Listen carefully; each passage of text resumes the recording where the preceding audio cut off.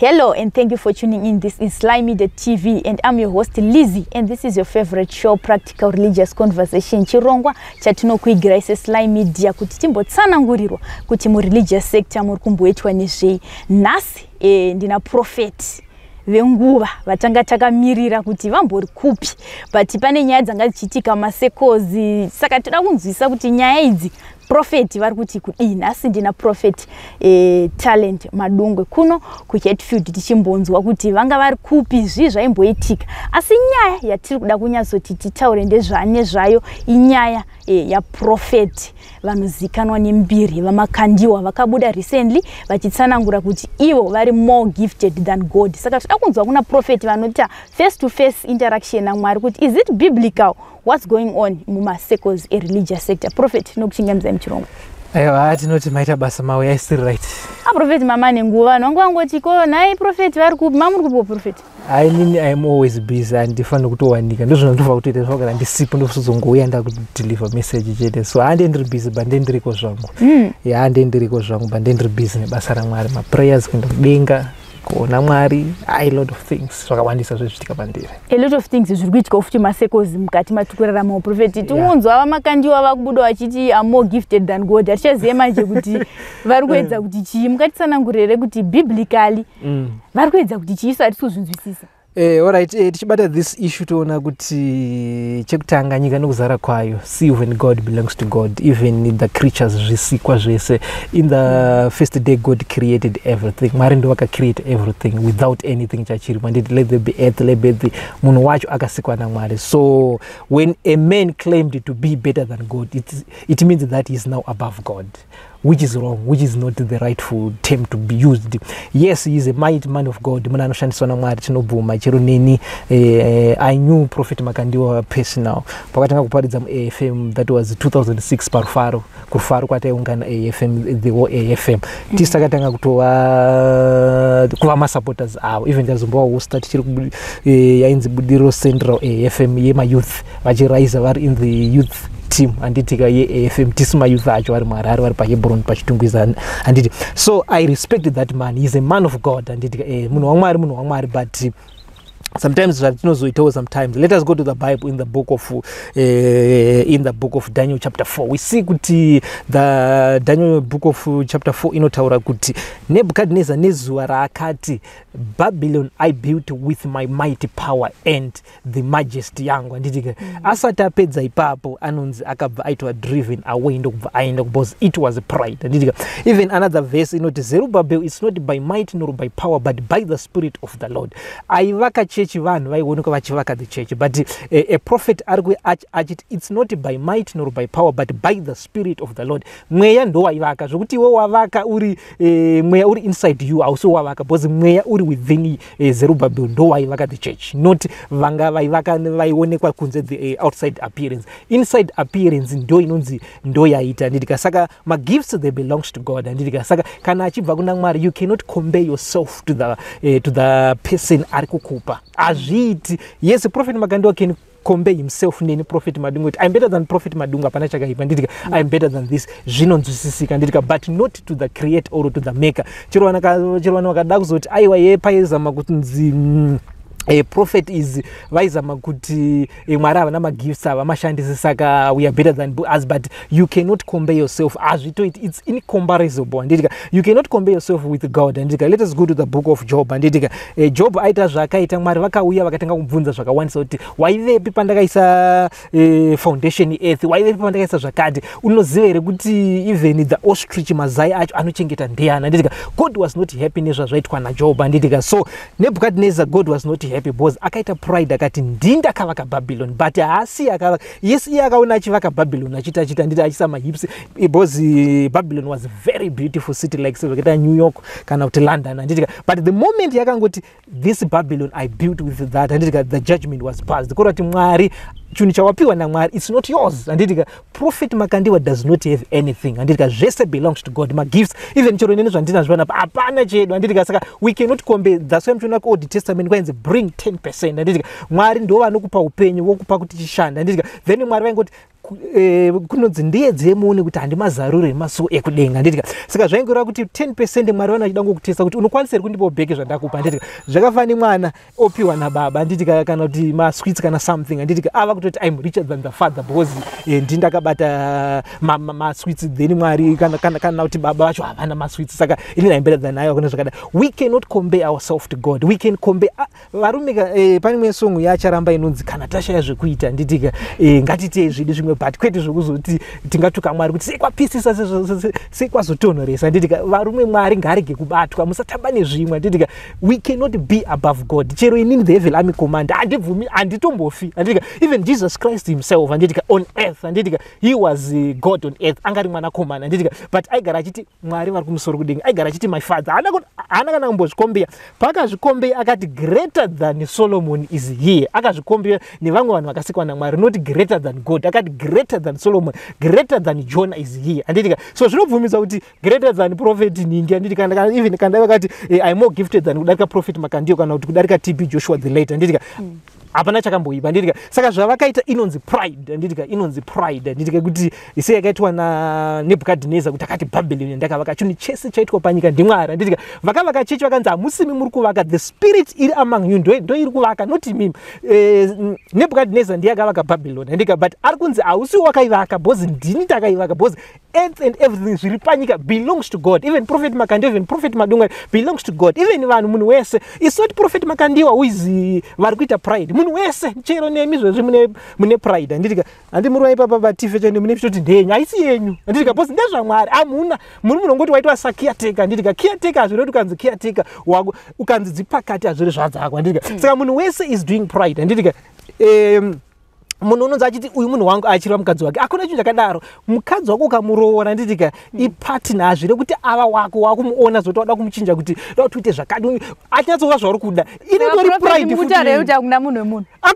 hakuna chero mukadzi wako asi wako ndiwe Mwari nditika because it's a creature of God nditika don't try kuti ubva wada kumuita chituta chakuti hakuna inotori pride saka vanhu tiri kuita pride nekusaziva kuti ipride nditika it's not prophet Makandiwa chero nesu munhu wese must repent from pride nditika chinhu chinodonedza vanhu pride mari nevakadzi nditika saka even mukadzi asi wako even murume zvokutoti unotonza kuti dai ari pandiri kuwadzesa hakuna zvinhu zvakadaro asi wako munhu ndewa Mwari even maroorana inozati tingogarisana ndewa Mwari hasi munhu wako anditika manje vanhu you think kuti ukaroorwa murume you owns him atova wako anditika even mukadzi atova wako even vana havasi vako zvipo vana zvipo zvinobva kuna Mwari anditika but manje unobva waita sekuti vana vangu vekutoti unotoumbirizira kuti ava ndevangu hauna mwana ndevaMwari iwangu you are just a vessel yashandiswa anditika even magifts haana vafundisi vese vamunona vachidadira vachiti I'm more than powerful haasi powerful ari powerful ndiMwari anditika hakuna ari powerful varume mukaona takutoti isusu takapenga tarasa inonzi Colossians chapter 2 anditika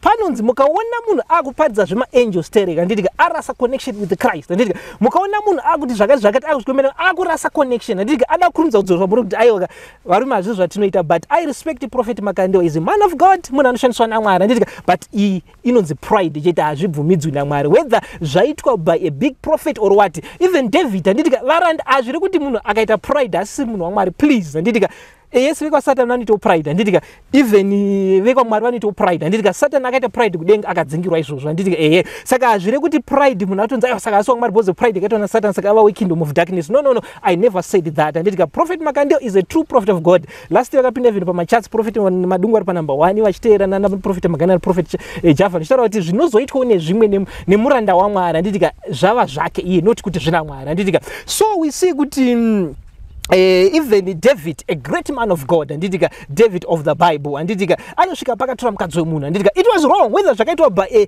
man of God ari mighty anditika adaro Nathan a prophet came anditika kati pane zvakati David akati ngaura munhu kanzi ndimi mambo anditika so no one is above the Bible no one is above God even prophet Madungwe ndiri pasi paMwari chero ndikashandiswa sei chero ndikamuvha mountain ndikadi andifi ndaita pamusoro paMwari hakuna zvakadaro varume ngatiregei kuudzana zviku kana tanga kufadzana kumachechi kwedu ngatifadzanei but kwete kuti ndati Mwari is above. Hakuna munhu chero ani chero even president wenyika ipi, even US president nearmy yekura kwayakaita kuti inorova chichi hondo dzawo nedi very special forces. Aiyo, but still US president is still under God because zvese zvisikwa zvake. How can be chisikwa chake choenda choita better than that? Hakuna zvinhu zvakadaro. Handitika zvakafanisa kamjona even mwana wako handitika cannot be above the even chero kakura kata ndebvu nekuti iwe gara pasi uri mwana wangu handitika because the law inoti mukuru akatanga before you. Handi zvakafanira zvakaita senini handitika prophet Makandiwa handikumbopinda nzi tichitaura inodzi the prophetic order handitika handifi ndamboti mwandakuti kuti ndava above prophet Makandiwa yatova pride because zvinhu zvemweya zvinoenda nemakore awasave handitika prophet Makandiwa ndataura ndikatina ndiri muyouth handiti vava kutoparidza paAFM tese tiri kuAFM handitika so I will never be above him chero ndikashandiswa sei chero baba guti vaya vakura handitika time yafamba nayo naMwari handitika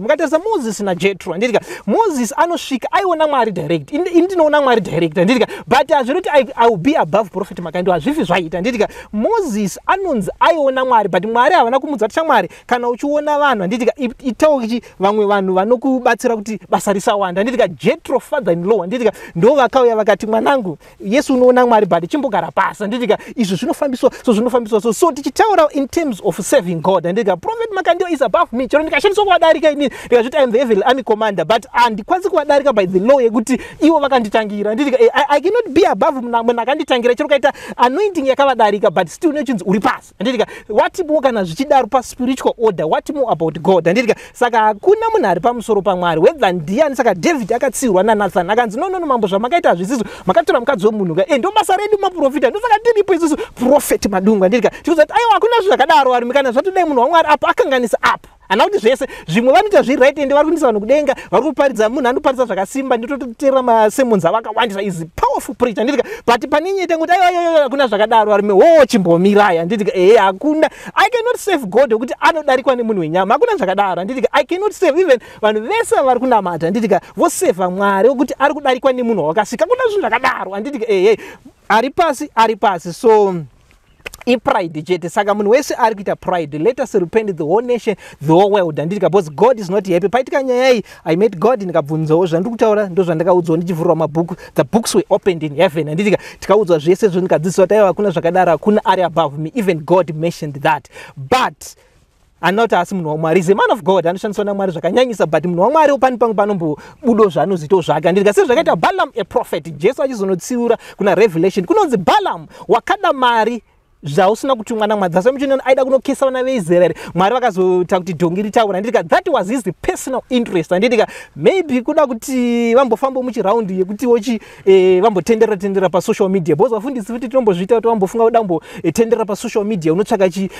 kahiti kekuti kangoro kahiti kangu akanditika kana kuna vambonditenderedza zita rangu rombodii rombofaya handitika but sometimes saka zvitoririwa zvekuti maprofets anotombokanda tuma vamwe vedu ndivazvato zvavanoita maprofits vanenge vekuti anomboda kutsvaka kahiti kake but izvangu I don't do that inini vari mende kuti zvisiri wrong nokudzati aiwa izvo hakuna zvakadai Mwari avadi zvakati let us do this izvo zvino zvakadai because zvinhu zvese zvaunoita you are governed by the Bible handitika David che was rude kuti aiwa zvakaita autori mukadzi wemunhu woti zviri correct handitika so a true prophet of God anokudzati aiwa izvo hazvisizvo zvakadaro handitika but ndonzwa vamwe vanhu vasingati maprofits manya vatati vese ndeve fake even prophet Makandiwa hakuna zvinhu zvakadaro they are true prophets of God handitika but even a true prophet of God Elijah akabvunzwa naMwari chekuti uri kuiteiko gomo handitika kurati anga abuda pasingafanga ari akanzi uri kuiteiko kuno kwanzi handikuteza Jezebel kwanzi anambokuti uya kugomo inini face the situation handika but angatiza so sometimes nemwe pekuti munhu waMwari anonga ari on the other side but ari munhu waMwari handika saBalaam even vese vava handika even Moses anonzi Moses hauchasviki kuEgypt because ndakakuti zvakati Moses akaita zvake Moses akanzi taura pekutanga akanzi rova dombo handitika ndobva arova mvura inobva yabuda pepiri akanzi taura handitika kurova dombo kwekutanga it was Old Testament manual handitika the law kuNew Testament ukanzi iwewe chitaura the rock handitika Moses haana kutaura ndobva aita zvake ndobva arova dombo remvura futi yakabuda handitika hazvire kuti munhu anoitwa disqualified even magifts cheukapiwa handitika haabviswi naMwari handitika Mwari kana vakupa the gift yehealing yechi zvese havabvisi even ukanorora nemukadzi womunhu even ukadonha ukadii havabvisi handitika but Mwari vane vachingoti God is slow to anger so Mwari vari kuti havasi prophet Makandiwa vaita pride tese tiri kuita pride ukaona kuti mukadzi ndewangu asi wemunhu chichi zvako wakumuita munhu wako mwana wako muta zvinhu even mota yako yauri kuti imota yangu haisi yako bhozi zvese zviri panyika bhozi yakagadzirwa nealuminium yakagadzirwa nichi maminerals aMwari saka hakuna anoona anything here takabva kunyichi uko tisina chatinacho tichadzokera futi tisina kureva kuti hatina chatinacho ndezvaMwari zvese anditika uchiuya nuye usine Mwari wokupa anditika wakudzokera wosiya futi zvanditika saka muri zvacho akupa you cannot be above him anditika bhozi Mwari ndo vanokupa ndo vanotora futi anditika zvose muchiti ivhu kwaraka muchiti ivhu kuivhu anditika mweya ukabva kwarati munhu akudzokera futi kuna Mwari anditika wakusiya futi nyika yezvese mota nechikora saka hazvisi zvako dai zviri zvako endaka nazvo tozati ndezvako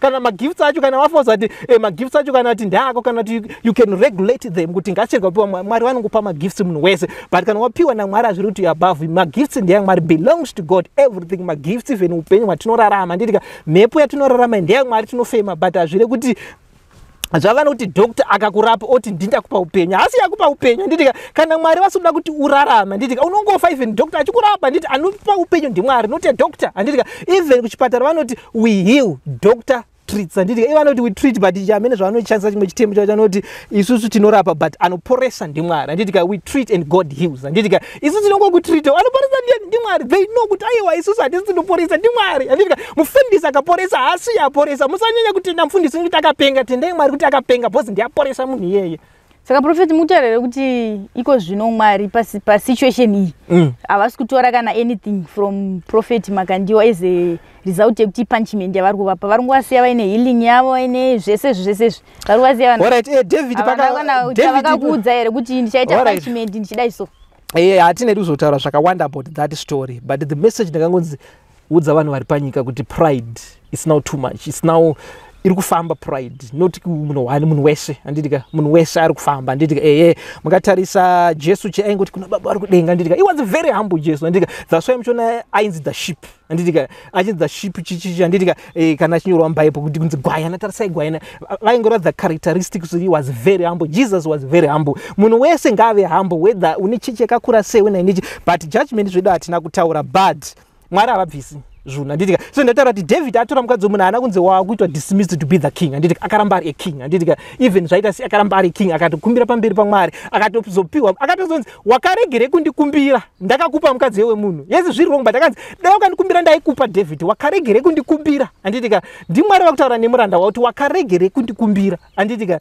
ndiMwari vari kudza David kuti wakaregere kundikumbira ndaigona kutokupa mukadzi wacho wemunhu anditika then zvadaro haana kubviswa to be Mwari havatori magifts anditika even magifts ana prophet Makandiwa haatori nokuti watadza because ari perfect ndiMwari tese hatisi hapana mutsvena anditika saka let us not blame munhu kuti anyatadza kana kuti atiwamisada hakuna zvinhu zvakadaro nemi vacho muri vatadzi siyai munhu aite zvaari kuita kana akanganisa Mwari vachamuregere God forgives anditika it's not our duty kubva tanyaya kutoti ngatimukrashe ngatidi no neso tine zvedu ndataura mapride amuri kutoita vanhu mese izvozvi mudzimba Mwari asitofara nawo anditika saka ngatirege unasoti prophet Makandiwa vabva vanyaya kurasika kana kuti zvabva zvati no tese tiri kutorasika munhu wese ari kutorasika asiri kurasika ndiMwari chete full stop zvapera vamwe vangabva vati prophet hamoni here kuti vanhu vacharamba vakungo tuka zita raMwari vachishoropodza zita raMwari nekuti mataura kuti apa Jesu Mwari vakangoti tese tiri kutadza but vachatanga kukrasha manje zita raMwari sekuona kweone kuti zita raMwari harifi rambokrashwa nekuti munhu wamwari nekuti munhu waMwari umwe aita chakata nditika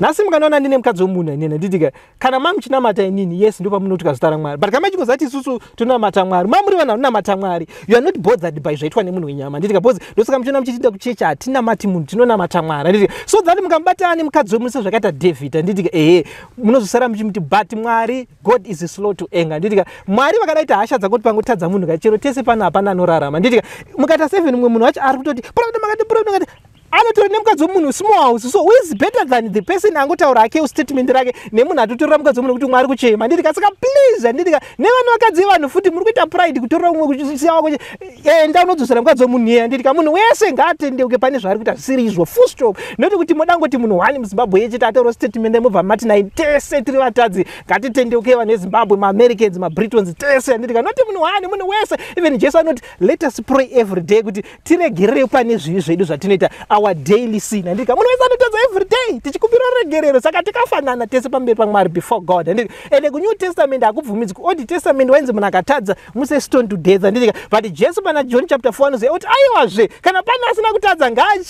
ngachitema chifevechi. Why akadaro? Because Jesu aizama kuti kana uri mutadzi you cannot pinpoint kuti munhu uyu kana kuti better than tese motori vatadzi nemiwo muri dzimba dzenyu tendeukai pa pride nezvamuri kuita izvozvo full stop.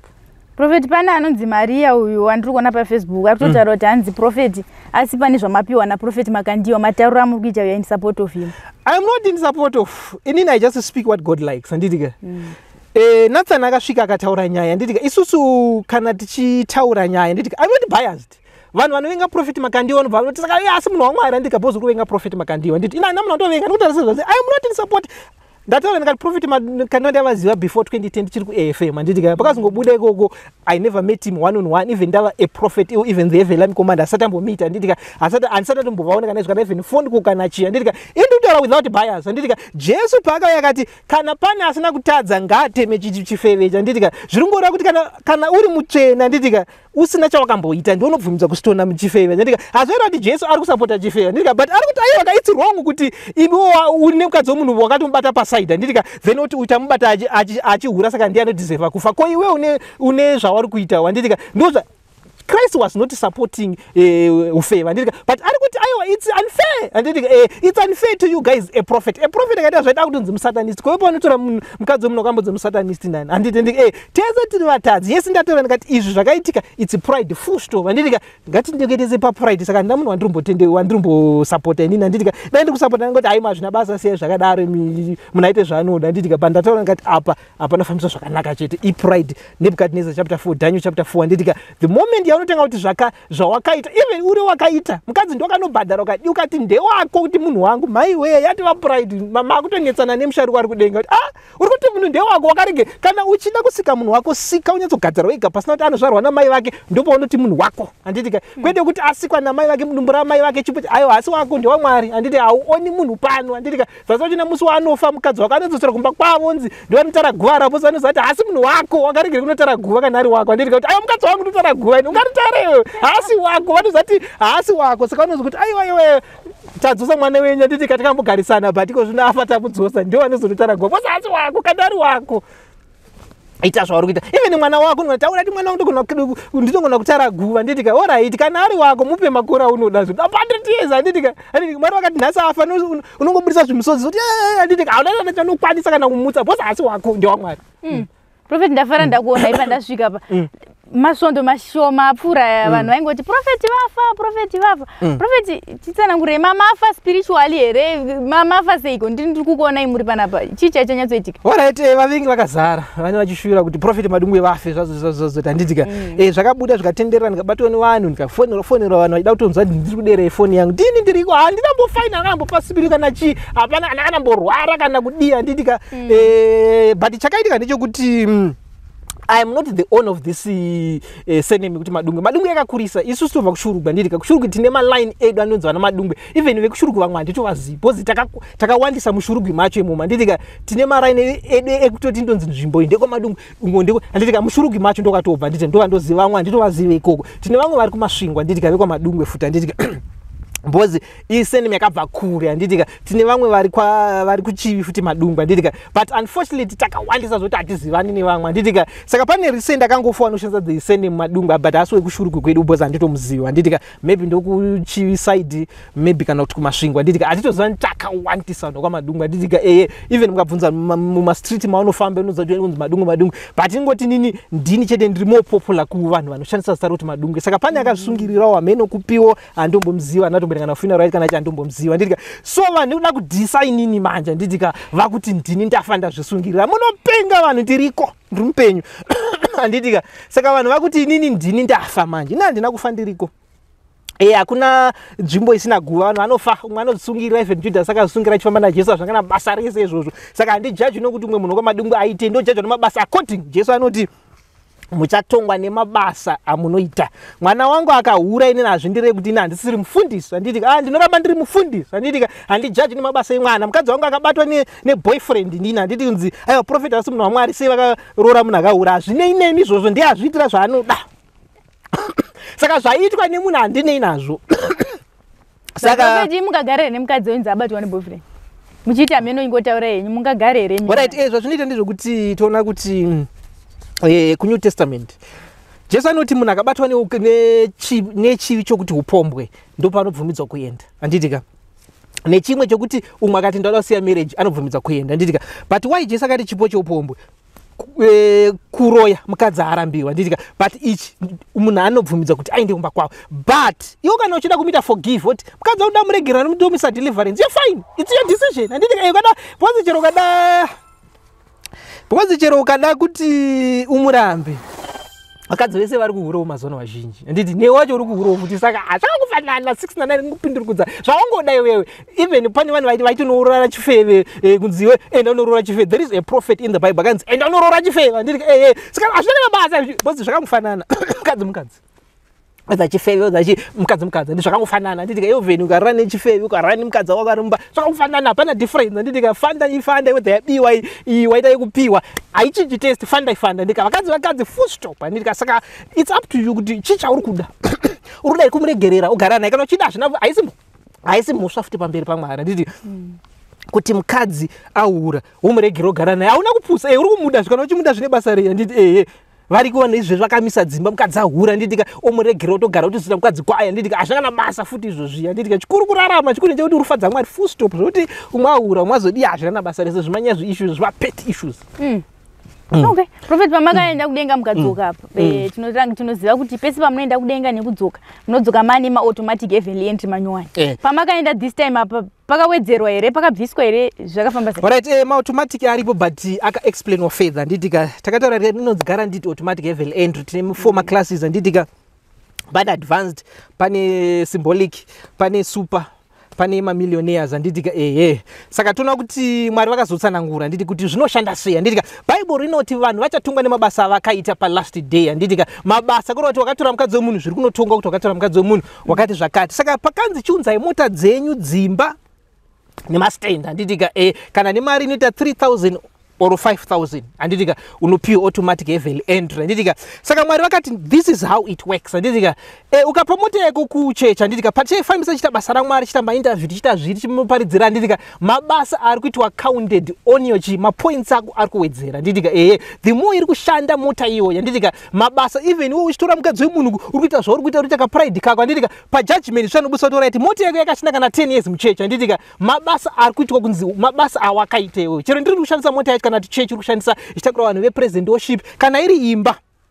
Handitika the same. Handitika manje imba indori nema more points. Handitika bozi mota ikazonofawo mapuchi ndopamirira chi kunzi mabasa awakaita. Handitika mota saka tongoti kazhinji 5 to 10 years mota yapera. Handitika hakuna mota inoshanda 50 years. Handitika but imba generations to generation chero ndikafa ichiramba ichishanda basa raMwari. Handitika under remnant. Handitika kurati mapoints uri kupiwa saka imba ine more points kana stand. Handitika bozi chunhu chisingafi. Handitika but zvakava zvakaita sei treasures zvita inonzunudza maphones unoita. Handitika phone kuna shanda kana 2 years yafa. Handitika kurati mabasa ako anobva miro that day saka unofanira kuzorenewa. Handitika saka kana waisa mota unofanira mota tinokudzara 3 to 5 years hunza futi imwe. Handitika hunza imwe futi kuti urambe uchimendena. Handitika bozi mota inogona kufa. Handitika mota yakara inongofa. Handitika hapana pacharamba bozi chunhu chinofa. Handitika saka mota inokupawo mapoints ikaita 5 years saka ukatipa chimota chakadhaka chakangosvika chichingofawo mapoints ako anokurumidza kumira. Handitika saka unza zirange rover rere kuti zveshuwa rinoshanda. Ndizvanoni munhu aunza land cruiser. Handitika obviously inoshandiswa naProphet Madungwe. Handitika saka munhu anowana more points bozi nini value yangu yakakosha futi. Handitika saka ukaunza chisikoro chako chinopiwa vepresident worship. Handitika mapoints ako saka unza chinhu chakanaka mota kana zirange rover ayo zvinditorishandisa kana ti rinonzede mutora madelegate. Saka mota inopa mapoints inokuendesa kudenga. Handitika but mapoints ako unenge uri kulower part of heaven bozi mota inyaya kushanda stereke mapoints ayo bozi inosvika upa inofa but imba haiperi basa inoramba ichi wedzera value kana stand. Handitika saka mota inokurudzirwa kuti after 3 to 4 years kana 5 years. Handitika kana kuti tinokunotify kuti alright mota yako yafa chamba chiunza futi imwe. Handitika kana uchida kuti mabasa ako arambe achitwa recorded. Handitika asi kana usina kuzoisa futi une ukaqualify. Handitika but muri kuona sezvakaita sevanhu vanomanya. Handitika pana anonzi anopiwa gold, pana anopiwa silver, pana anopiwa bronze. Handitika vese vamanya but kune ari kumberi handitika aripo mari yakawanda saka kuti more points ukaisa imba unoona more points handitika ukaisa stand unoona more bhozi zvinhu zvisingape zvinonzi imperishable handitika azviparare but ukaisa phone handitika bhozi tine treasures futi unoisa mota kana phone handitika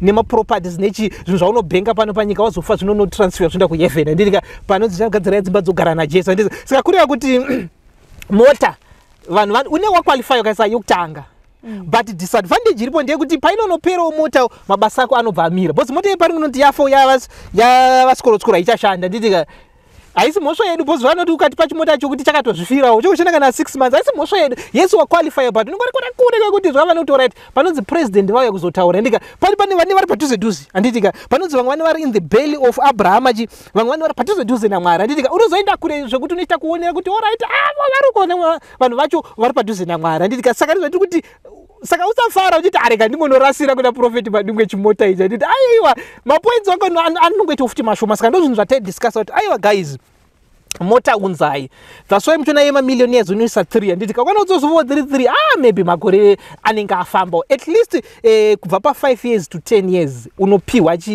mapoints ako anobuda zvakanaka handiti saka which means ukaunza mota svinhu cheche kana kuti new one yatengwa nhasi ine AGC kana AG ikozoti pa AG postapfura pa C pa E tapa AG efisho handiti somewhere there handiti ukaunza iyoyo obviously chaito 5 years pa life span handiti mapoints ako achati but ukaunza chimota chine AAD zvakudhara pakatanga pa number plates vana AAF handiti imota yatozvifira handiti mapoints ako anosvika tingoshandisa 1 week mapoints amira iso qualify but unozoendeswa kunonzi ku outer court of heaven handiti utonenge uri kwekuti unozoti handiriko here ku heaven yes uriko but saka unza imota dzakanaka nyama dzemamota nyama nedzimba nyama dzemadzimba nyama dzemastand nyama dzemota kuti mapoints enyu akure saka ndozvinhu zvataitaura kuti mota ukaunza iri 1 at least 3 years inenge kuti ichifa unza imwe so that mapoints akoramba achidi kuti wane more mapoints kuti unyatso kunoenda place yakanakisisa je bozi zvine stages handiti zvine stages even muharare wani kuna anogara kugeto kuna hopeliko kuti kune zimba chakadangorerekerawo handiti but iharare handiti uri muharare but fungai munhu ari kuborodale nemunhu ari kuhopeli hamusi kurarama muri kurarama mese muharara ndika but mukurama life yakasiyana ndika ari kuborodale warimeka ari kurarama inonzi heaven on earth ane zvese even fresh air kune pine trees kune chichi ndika but ari muhopeli nechingori dust ndika zvinoizi zvekupe ndika ndozvatiri kuzama kutaura ndika kuti ukaunza chimondo chakafa unoenda kuhopeli ndika ukaunza Zimbabwe ndika unoenda kuborodale ndika ukaunza imba awesa achazikwa because imba ine mapoints akawandisa kuchiterwa nestand kuchiterwa neimota ndika but mota kana ikupe mapoints isadziri 2 kana kuti it after 3 years wounza imwe futi dzoita 2 at least dzikakwa bozi chirudwa pa kuti ikashanda 4 to 5 years mapoints ako anenge ari right we assure you ndo zvakataura Mwari kuti mapoints ako ikashanda 4 to 5 years ayo mapoints ako anenge akanaka zvokuti unoenda paribo unoenda kuheaven nzvimbo iri chaiko kunonzi ku the most high chaiko kwacho ku VVV inonzi VVV ameno ma VVP mangani andika VVP andika but ukasaenda unoenda ku ordinary andika saka let us work unoenda kuri nana andika usango qualify heaven zvazvongoti wangosvika zvongoti wangosvika gumboti kunze urimo but usimo andika because sezvandati hopefully neborodale zvakatosiyana nditika zvane munhu ari mukombi umwe ari pakadoma umwe ari pasita nditika iwe uri kutsva uri pakadoma yese noti tasvikirana nesemukombi same speed same but come forward unza kuti uri kutsva iwe nditika uri kugara uchishiringena but munhu ari pasita nyazozati panapa haisi iri kunaka panapa nditika ndizvozvo heaven neheaven saka automatic heaven end guaranteed heaven end iripo takaitaura naMwari Mwari vakaitaura saka haipere zvinongo tichirarama zvinounzwa kuna Prophet Madungwe chete tichita second coming hazvisi zvangu guys ndezvekuti tiprepare second coming of Jesus saka zvoshandira Jesu vane ndege unzai futi dziripo nditika pane ndege chauya manje kuti ukaisa ndege neship inotoripo futi ndakaitsanangura iyoyo nditika but pane imwe chauya manje yekuti sezvakaita Zimbabwe mopa Prophet Madungwe Zimbabwe ine muti tapa Prophet Madungwe kuti yava nyika yava nditika aiwa nyika ino vainoita kudenga yese futa nditika iri kuuya isati yaauthorizewa yenyika maisezvakaita kana America yondipa kuti yanyika yangu manje nditika the prophet oinyika kana chaisland kana checomoros nditika chari padhuze nana Swaziland kunana South Africa padhuze nditika vondipa choita changu kana kuti chaisland ari mwanzo zvakaita kuenda kuFrance nditika pane chimwe chiplace chiri padhuze nebeach so chinonzi Trump so ndichatrump chiri muFrance but ndichatrump nditika sezvozvo izvo tiri kubudisa manzi automatic kuti nyika ichatipa nditika nyika ikatipa chiplace chekuti ichi chachedu kana zvena muZimbabwe tingopa family unzi ira family re heavenly amira nditika nyika yese tovharendesa vanhu vese kudenga ve generation generation here nditi tichiri matalks nezvenyaya saka automatic iri kuwa ngatishandirai Mwari.